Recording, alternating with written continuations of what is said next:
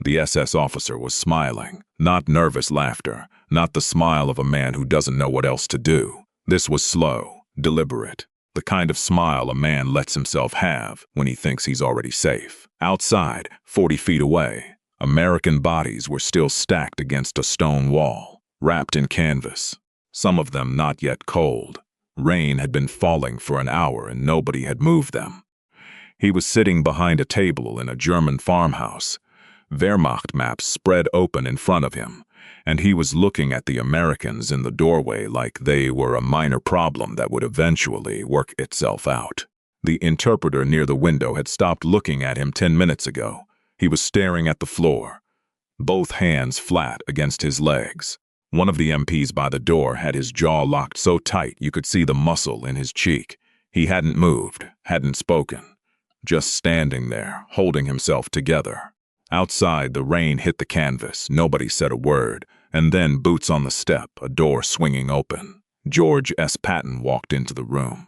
Spring 1945. The war in Europe was almost over. Germany was falling apart from every direction, and everywhere Patton's army moved, they found things that didn't have names yet. Things no amount of training could have prepared a 20-year-old soldier, for they found camps, they found graves.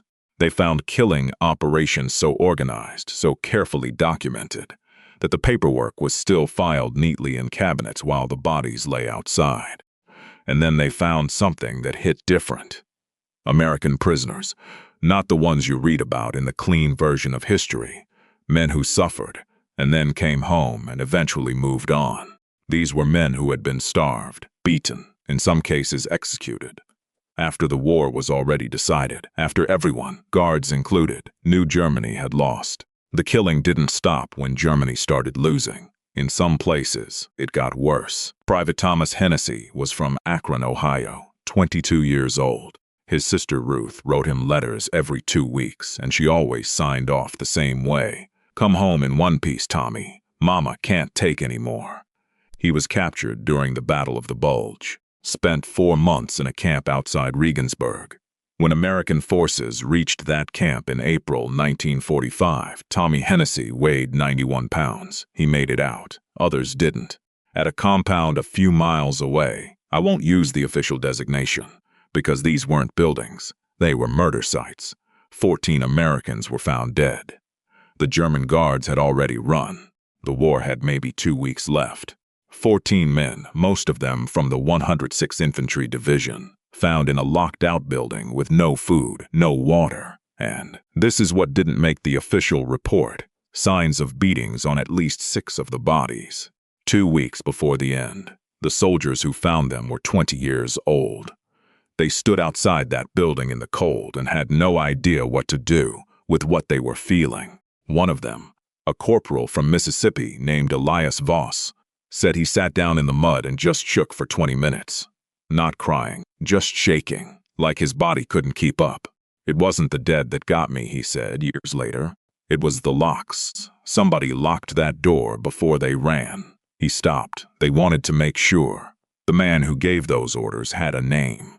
He was sitting in that farmhouse, smiling. Patton's Third Army had been moving fast. That was always the rule. Speed, forward. Don't stop, don't dig in, keep moving. But something was wrong with the numbers. Reports were coming in that didn't add up. German units surrendering cleanly, and then certain officers vanishing in the chaos of processing hundreds of thousands of prisoners. Names showing up on intake records and then disappearing. Men who had been detained and then somehow couldn't be found. A colonel on Patton's staff named Whitfield, a careful, quiet man who had been a lawyer in Philadelphia before the war, started tracking the names, matching them against locations, against dates, against what had happened at specific camps in the final days. He brought what he had to Patton on a Tuesday evening. He set the file on the desk without a word. Patton read through it. Rain on the tent canvas outside. A lamp flickering. He didn't say anything for a long time. Then he picked up one photograph, the locked outbuilding, the 14. He held it under the light and looked at it. Where is he now? Whitfield told him a farmhouse. MPs had picked him up 2 hours ago on a routine sweep. He was cooperating, answering questions. A pause. Smiling, Whitfield said. Patton put the photograph down. Get the car. 40 minutes through spring mud. The farmhouse sat on the edge of a village that had given up without a fight. White sheets still hanging from the upstairs windows, wet and limp in the rain. American soldiers were in the streets, small groups, exhausted. Some barely old enough to shave, moving like men who had been running on nothing for too long. Patton arrived without any announcement. He walked in like the building was already his. The SS officer looked up. He was still calm, still that same smile, adjusted slightly now, taking in the rank, the stars, running the new math. He had decided the Americans needed something from him. Information. He had it. That meant he had leverage. That meant he was protected. He was wrong about all of it. Patton's interpreter stepped forward to make the introduction. Patton raised one hand, stopped him. He walked to the table. He didn't sit. He stood over the man, close enough that the SS officer had to tilt his head back to hold eye contact. He placed the photograph on the table, the outbuilding, the locks, the 14. The SS officer looked down at it, then back up at Patton. And the smile, witnesses say this, it's in the accounts. The smile didn't go away, not completely. He glanced at the photograph the way you glance at something you've already decided isn't a problem. The interpreter stood completely still. An MP near the door shifted. His boots scraped the stone floor once, then silence. Patton didn't move. You buried American soldiers like animals. No anger in it, no volume. Just the words, set down the same way he'd set down the photograph. Silence, rain against the windows, and now you want me to forget. The interpreter translated, barely above a whisper. The SS officer started to speak. Some version of an explanation, some careful language about orders and circumstances and the confusion of the final weeks, and Patton cut him off. 4 words. I am not interested. He picked the photograph back up, looked at it, then at the man across the table. What came next wasn't what people expected from Patton. There was no explosion, no famous fury, no raised voice. When something was genuinely serious, when what sat in front of him wasn't a slow subordinate or a bad plan but something past all of that, Patton went quiet. The quieter he got, the worse it was for the person across from him. He told the SS officer what was going to happen, slowly, plainly. The legal case, the documentation, every name, location, and date that Whitfield's team had pulled together over weeks. All of it. Not a threat, just facts. The way you'd tell a man what time his train leaves. The smile faded. Not fast. Slowly. A degree at a time. Because somewhere in those words he finally understood. Patton hadn't come here for information. He didn't need anything from this man. He had the files. He had the witnesses. He had everything he needed before he walked through the door. He'd come for one reason. To make sure this man knew that the Americans in that building had been counted. That he was not going to quietly disappear. The interpreter didn't move. No one in the room was breathing at a normal rate. Here's the part that doesn't make it into the short version. Patton had to fight for this case, and the people pushing back weren't the enemy. The summer of 1945 was about moving on. Germany had to be occupied, governed, stabilized. Thousands of decisions every day. There was enormous pressure inside the army to process the surrender and keep things moving. Certain cases were becoming a problem. The word they used was complicated.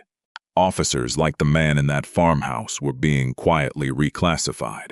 Low value, too expensive, not worth the time given everything else demanding attention. Some were being folded into the general prisoner population. Given time and the right conditions, a man could disappear completely.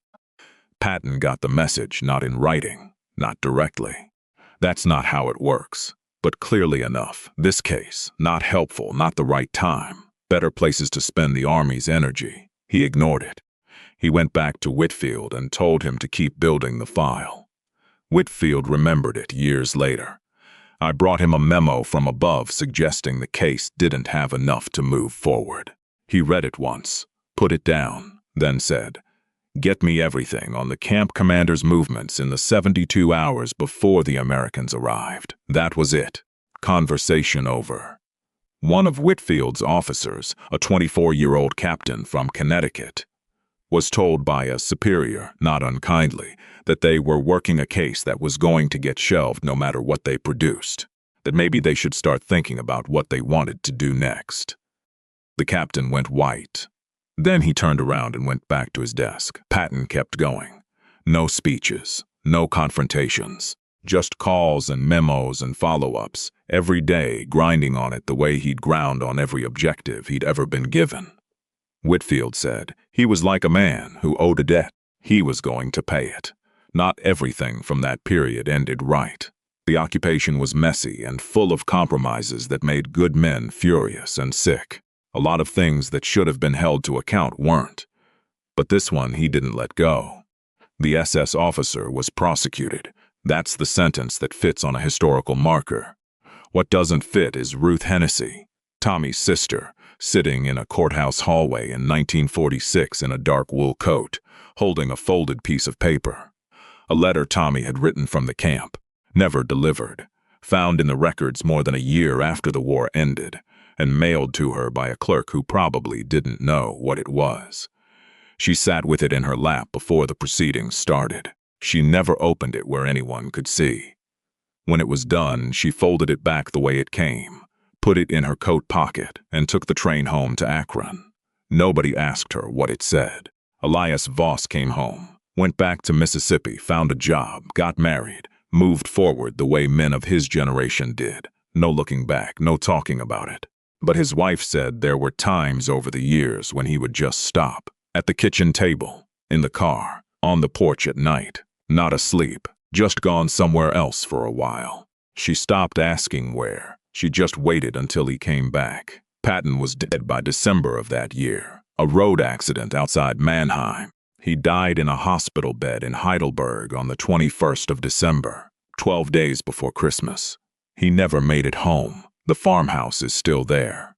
The stone wall where those bodies were stacked in the rain is still standing. Elias Voss lived to be 73. His family said he never once talked about what he'd found in that outbuilding, but he never forgot the locks. 14 names that could have disappeared didn't, because one man walked into a room, put a photograph on a table, and refused to let them go. That's the whole story.